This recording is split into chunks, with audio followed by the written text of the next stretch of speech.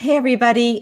Welcome to LinkedIn Learning Office Hours. I'm your host, Robbie Kelman Baxter, and I am so excited that you're all joining us. This series features some of my favorite LinkedIn Live instructors going beyond the courses to talk about key skills required to thrive in today's environment. We'll be live for about 30 minutes, give or take. Please say hi in the chat and feel free to share questions and comments as you join. Now, let me welcome my guest. Natalie Nixon is known as the creativity whisperer to the C-suite. She's been selected as one of the top 50 keynote speakers in the world and is valued for her accessible expertise on creativity, the future of work, and innovation.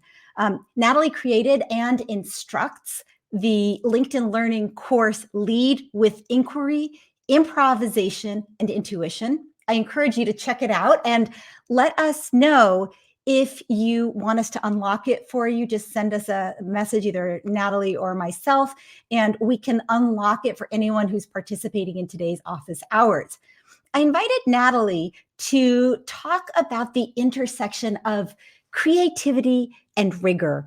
Many of us struggle to keep the spark of inspiration alive in the more buttoned up, rigorous environment required for corporate work.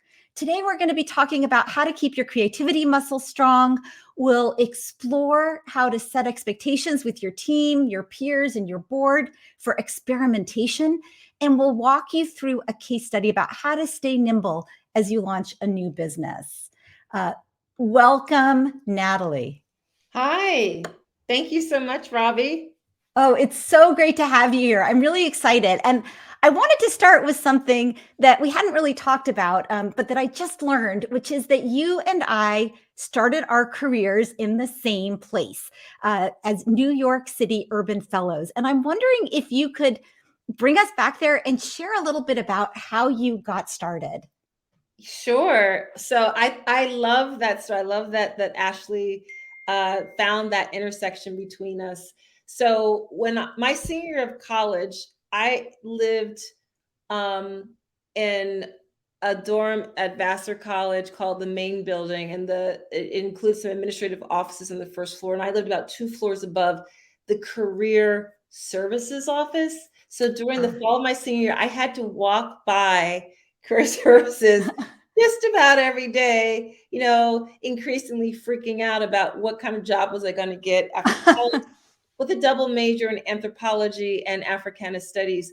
And there was this huge poster on the glass wall of that office that said, do you care about social impact? Do you want to change the world and to America's cities? And I thought, I could be into that. So I naively, 2 days before leaving for Thanksgiving break, walked into the career services office, inquired about that program, asked for an application, went home, had Thanksgiving with my family, typed, because I'm a Gen Xer, typed up the application, sent it off, didn't think about it. And then in March of my senior year, I was contacted by the Urban Fellows program, and it was a phone call in my dorm room, and they said, congratulations, you've made it to the next round of interviews. And I thought, next round? And then I started getting a little nervous. I was like, gosh, this must be really competitive. I had no idea there were like rounds, right? I know. So I go to New York City to be interviewed in person. I'm sitting in the waiting room, and there is some really impressive young people there. There's students who, are taking courses at Prince's Woodrow Wilson School of Government, or they were poli-sci majors from Georgetown, or they were, econ majors from Stanford. And I was an anthropology major from Vassar. And I thought, oh my gosh, there's no way they're going to ever select me. It's like, I don't fit the mold. And then a quietness settled over me, and I said, I'm just going to dig into who I am and what makes me unique in my perspective and my point of view. And I went into the interview and basically explained how studying anthropology gave me what I call the worm's eye perspective of society. I'm equipped with asking very difficult questions. And I think it resonated with them because they selected me. And so you and I both know that it was an incredible experience. You got to interview different city government offices. I ended up working in Ruth Messenger's, who she was the Manhattan Borough President, Yeah. at the time. And I actually came full circle because I ended up writing the policy position paper for one of the largest federally funded interrupted construction projects in the country at the time, because as they were digging, unearthing at the corner at Broadway between Duane and Reed, they began to uncover cowrie shells and skeletal bones and human remains. And my boss, Marla Simpson, called me to her office and she said, "Didn't you study anthropology or something?" Not knowing how vast and diverse anthropology is, I did not study paleontology or archaeology. I studied cultural anthropology. And I was like, "Yes." And she said, "We need you to work on this." So it was really cool because I actually used my anthropology really consistently my first job out of college.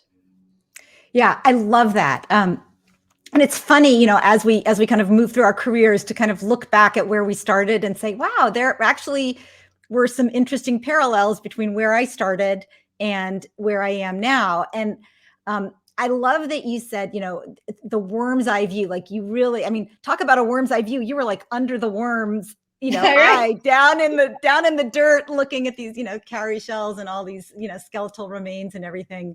I love that.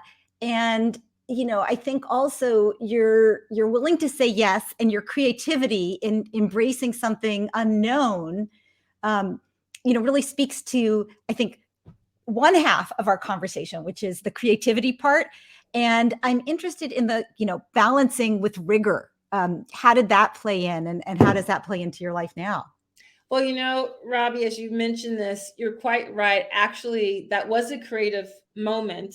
Our lives are full of substantial and teeny weeny creative moments that really add up. But in that moment when I decided to just lean in to what made me unique and not get freaked out by how I wasn't part of the traditional mold of who it gets to be an urban fellow, um, I was doing a creative act, which is essentially about reframing, right? So much of creativity is about your ability to reframe, is about your ability to juxtapose concepts, experiences, service, products, components that previously people never thought to put together. It's about the mashup and the remix.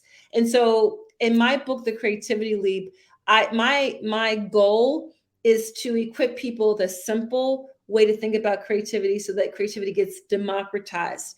Because in my view, creativity is not a nice to have, it is a must have, and it is an imperative right now during what we seem to be thinking is unprecedented change. I'm sure centuries ago people experienced something kind of on parallel, um, and um, and for the future of work. So the way I think about creativity is that it is our ability to toggle between wonder and rigor to solve problems, and produce novel value. And that value can be financial value, social value, cultural value.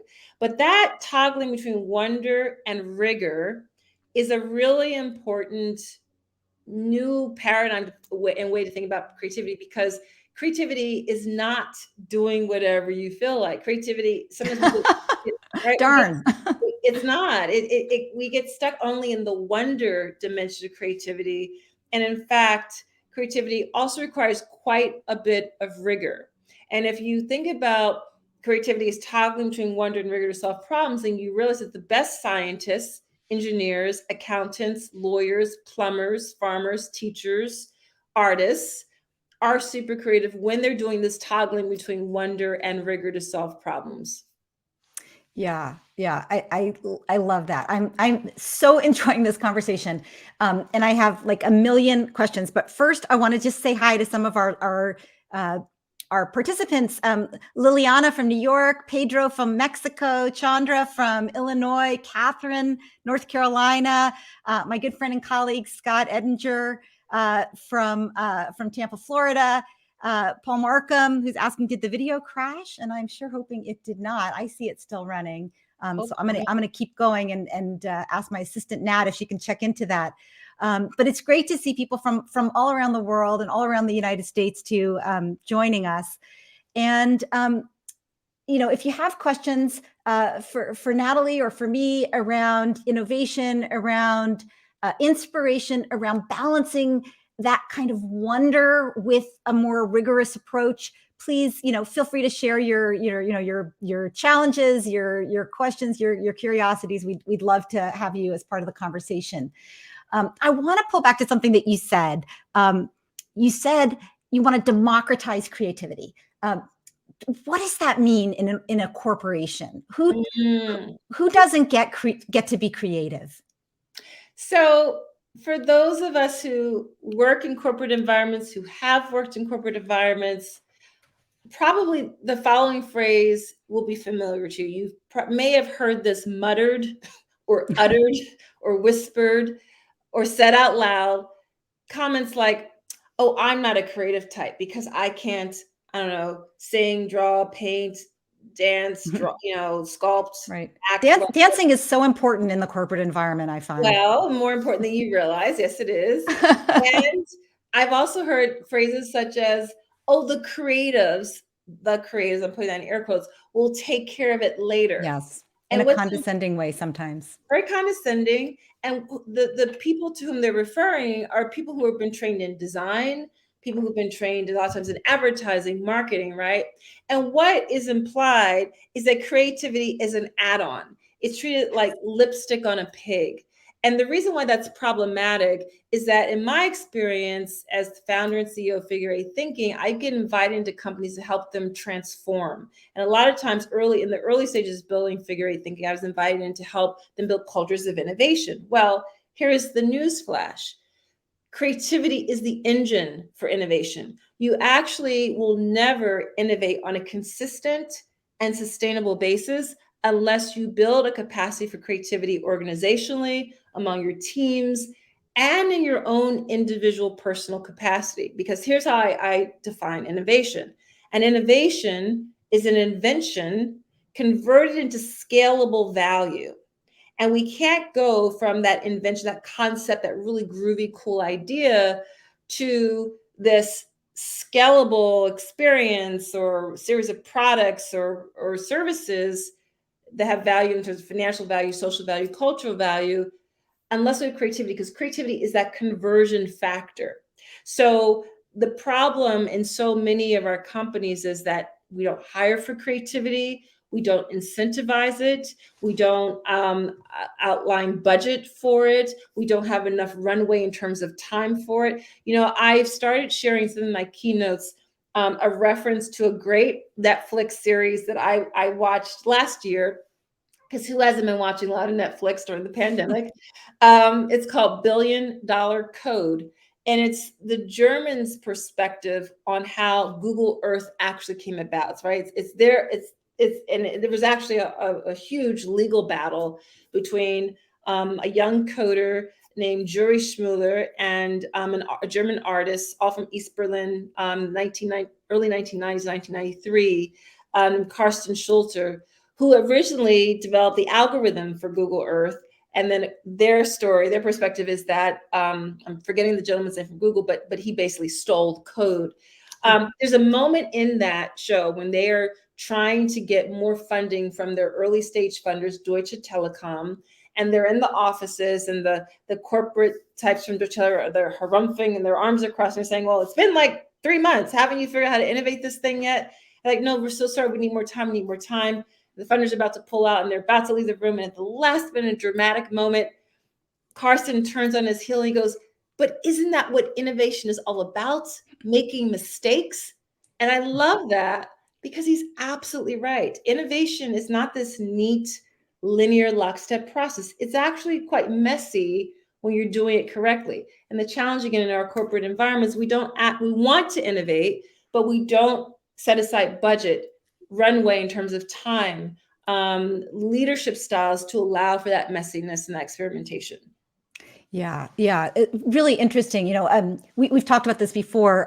One of the courses that I created for LinkedIn Learning about entrepreneurship inside the organization. So, in other words, intrapreneurship is a really good example of what you're talking about. That a lot of times big companies don't have time, budget. We don't have time to be creative. Just move forward without, basically it's like saying, don't think, just put something out there, even if it doesn't make sense, even if it's not interesting, even if it's not innovative.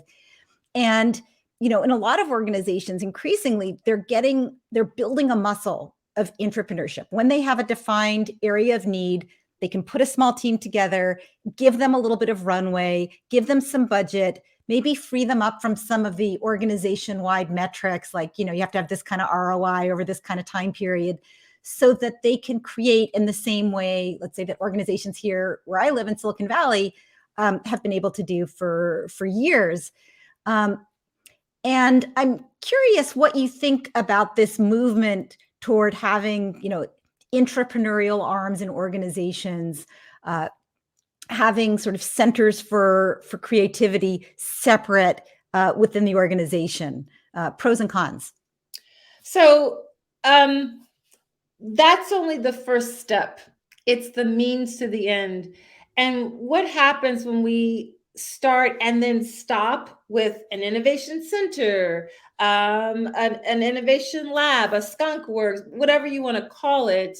If you don't understand that that's just the appetizer to get the community of actors in your organization to get their curiosity sparked, to get their appetites wet for the ways that they can then begin to incorporate innovation into their own work, it becomes problematic. There's a couple things that will begin to happen. Innovation becomes thought of as, oh, that place over there where they play with sticky notes all day, which is also a little condescending. Yeah. or it becomes something that is not distributed right throughout the organization. It becomes one more silo in the organization. And so just as so many companies are realizing they need to build an entrepreneurial mindset among everyone who is at the organization, the smart ones are realizing that, yes, we might need to start with the innovation lab and innovation center. That's the starting place. The goal is that eventually innovation and whatever the je ne sais quoi innovation process and metrics are for your particular company and sector, that becomes something that comes top of mind for people in HR, for people in finance, people in manufacturing, people in marketing, production, etc. Yeah. So I was going to ask you, how do you keep that muscle going in between entrepreneurship stated structured projects? And I think you answered that question for us, which is that it really needs to be core to the organization's culture and ethos, that everybody's creative. You don't have to be a dancer or a writer or an artist. You can be creative in your the way you think about solving the problems that your organization, your department, your team is working on, which I love. And I want to just give a little shout out. Our friend Angela Wick, another LinkedIn learning instructor, is here, which is so great. Hi, Angela. And she shared a link in the chat with from her field about a perceived analytical role that actually also needs to be creative, which I think is, and so I encourage you all to check that out.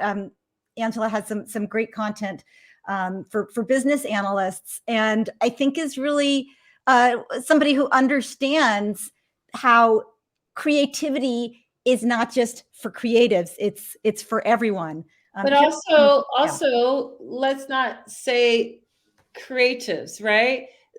So there are artists who spend a lot of time and learning and training and technique building to become artists. Artists happen to be exceptional at manifesting the ambiguous process that is creativity. But as I said earlier, Einstein was incredibly creative. The best political campaign managers are incredibly creative. I don't see a place for me to share links here, but I was going to share an article I co-authored with a friend of mine who's a CPA, he's an accountant and a CFO, and we waxed poetic and had a conversation in this article. I'll share it with Nat. Maybe she'll be able to post it for me. Great. But the title of our co-authored piece is Becoming a Creative CPA with the Wonder, Rigor, paradigm. This gentleman's name is Jim Caruso, and I just posted it in our private chat, Nat. And he happened to be a professor in the Strategic Design MBA program that I developed for Thomas Jefferson University some years ago. Here's an example. I'm going to give 2 examples of reframing the ways that we might think of certain professions as being only analytical or not creative, whatever the assumptions we've had. So one example is take accounting. A balance sheet, and this is one of the ways he kind of redesigned an accounting course in this MBA program.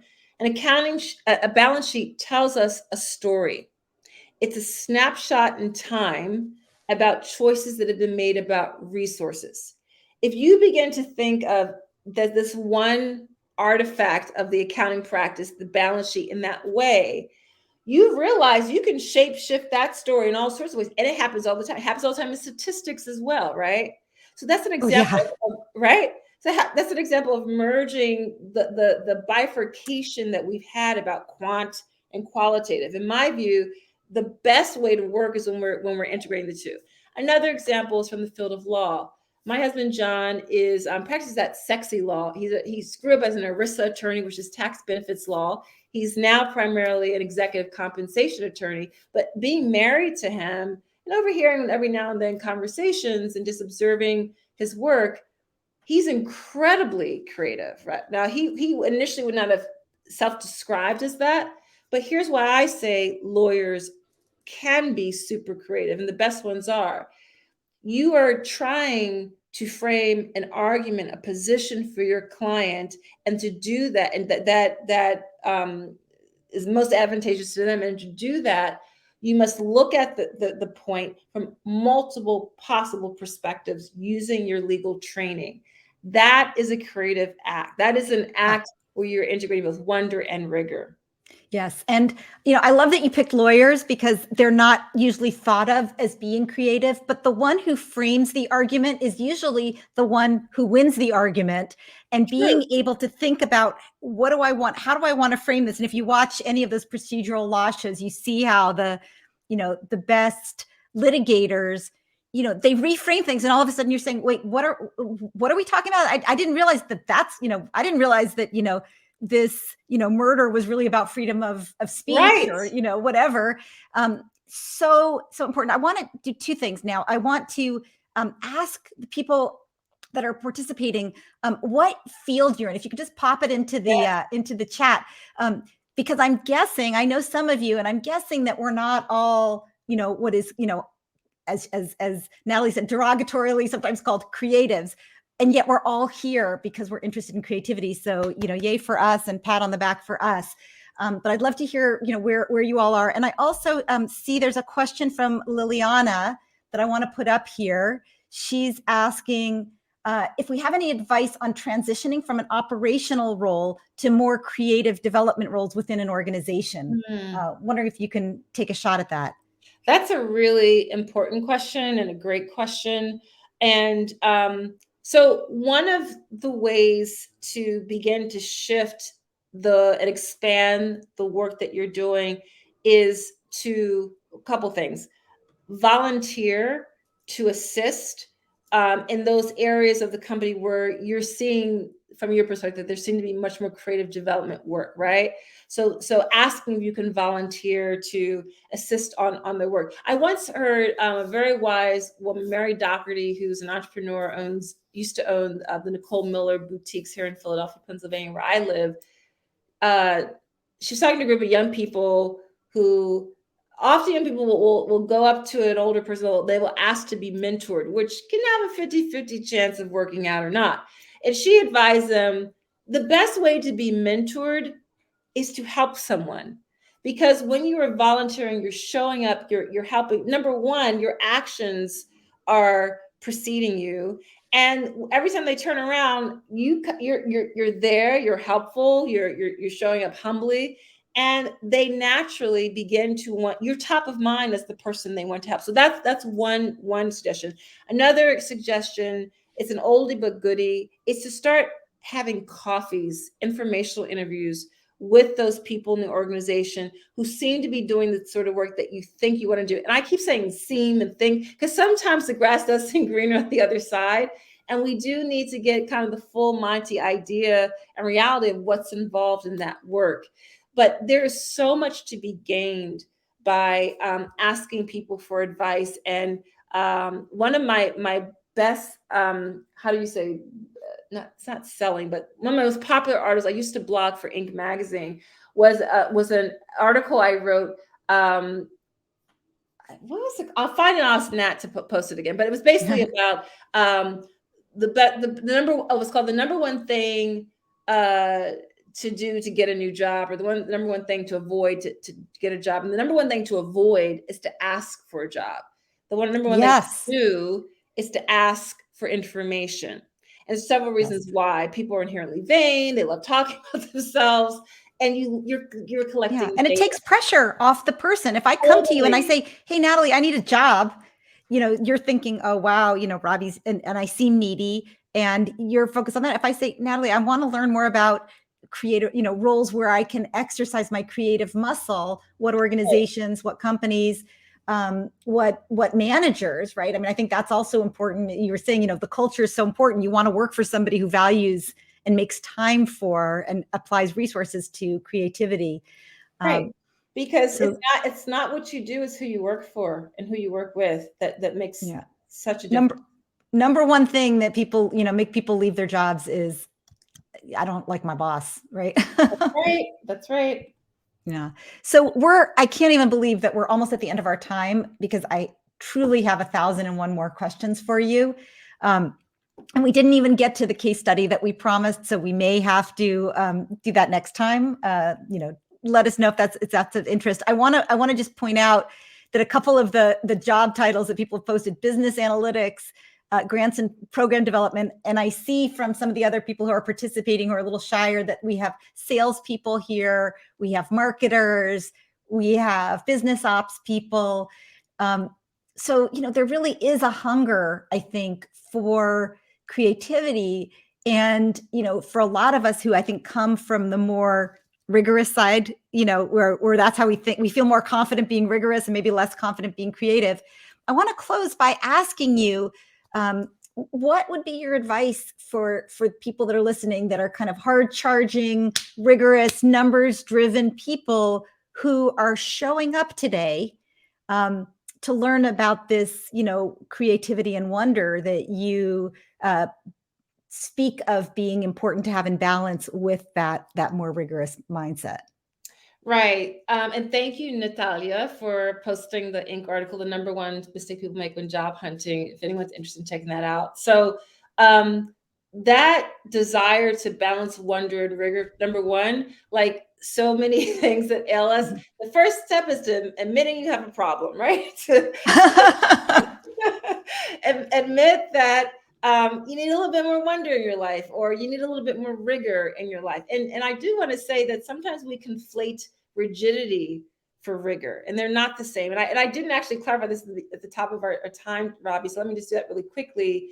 Wonder is about audacity and deep curiosity and awe and pausing. I remind people that it's really hard to wonder when you're going 80 miles an hour. Rigor is about focus and discipline and time on task and skill mastery. So when I put it in the following way, people it clicks for people why wonder and rigor are equally important dimensions of creativity. Let's say any of you have had some sort of artistic endeavor, practice.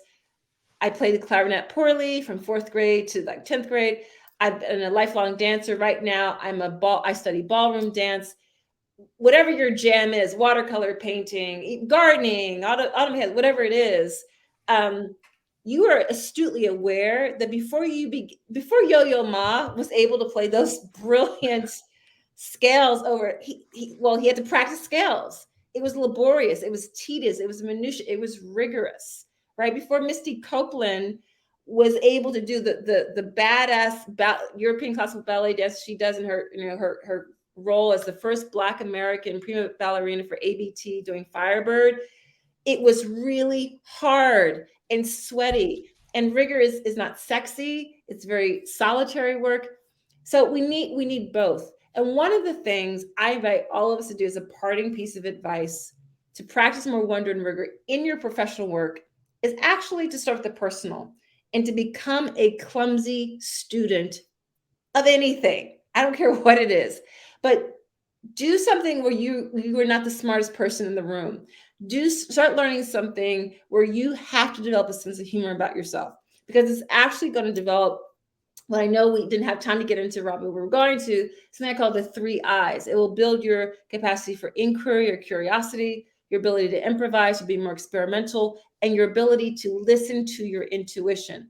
So as a new ballroom dance student, I'm constantly having to figure out how to ask new and different questions, to improvise and be more experimental, to lean a little bit more into my intuition. And what's beginning to happen is that the neural synapses that I use in my clumsy student life are being exercised, and they transfer over into my work world life. So I'm Oh, finding interesting. I'm a lot more open to asking the silly, naive question in a client meeting.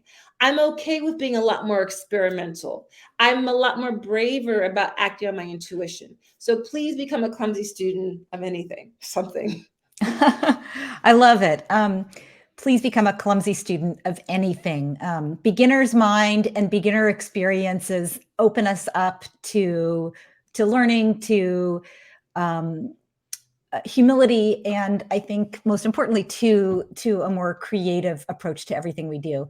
I'm going to have to invite you back. We're going to have to do another office hours to get into some of the other things that we didn't have time for. But I just want to say thank you so much, Natalie Nixon, for being with us, Dr. Natalie Nixon from Figure Eight Thinking, for spending time with us. Nat put the course links into the chat. If you go to those links through LinkedIn, you can access them for free for 24 hours. So we encourage you to check out both of those courses. And this recording will be available on LinkedIn. So if you missed the beginning or you had trouble, I know some people had trouble with the technology, you'll be able to watch the whole thing at your leisure. Thanks so much, and see you tomorrow, same time, when I will be hosting Ben Gomez-Casares and talking about business development. Take Thank you care. so much, Robbie. Thank you. Oh, real pleasure. Thanks. Bye-bye. Bye.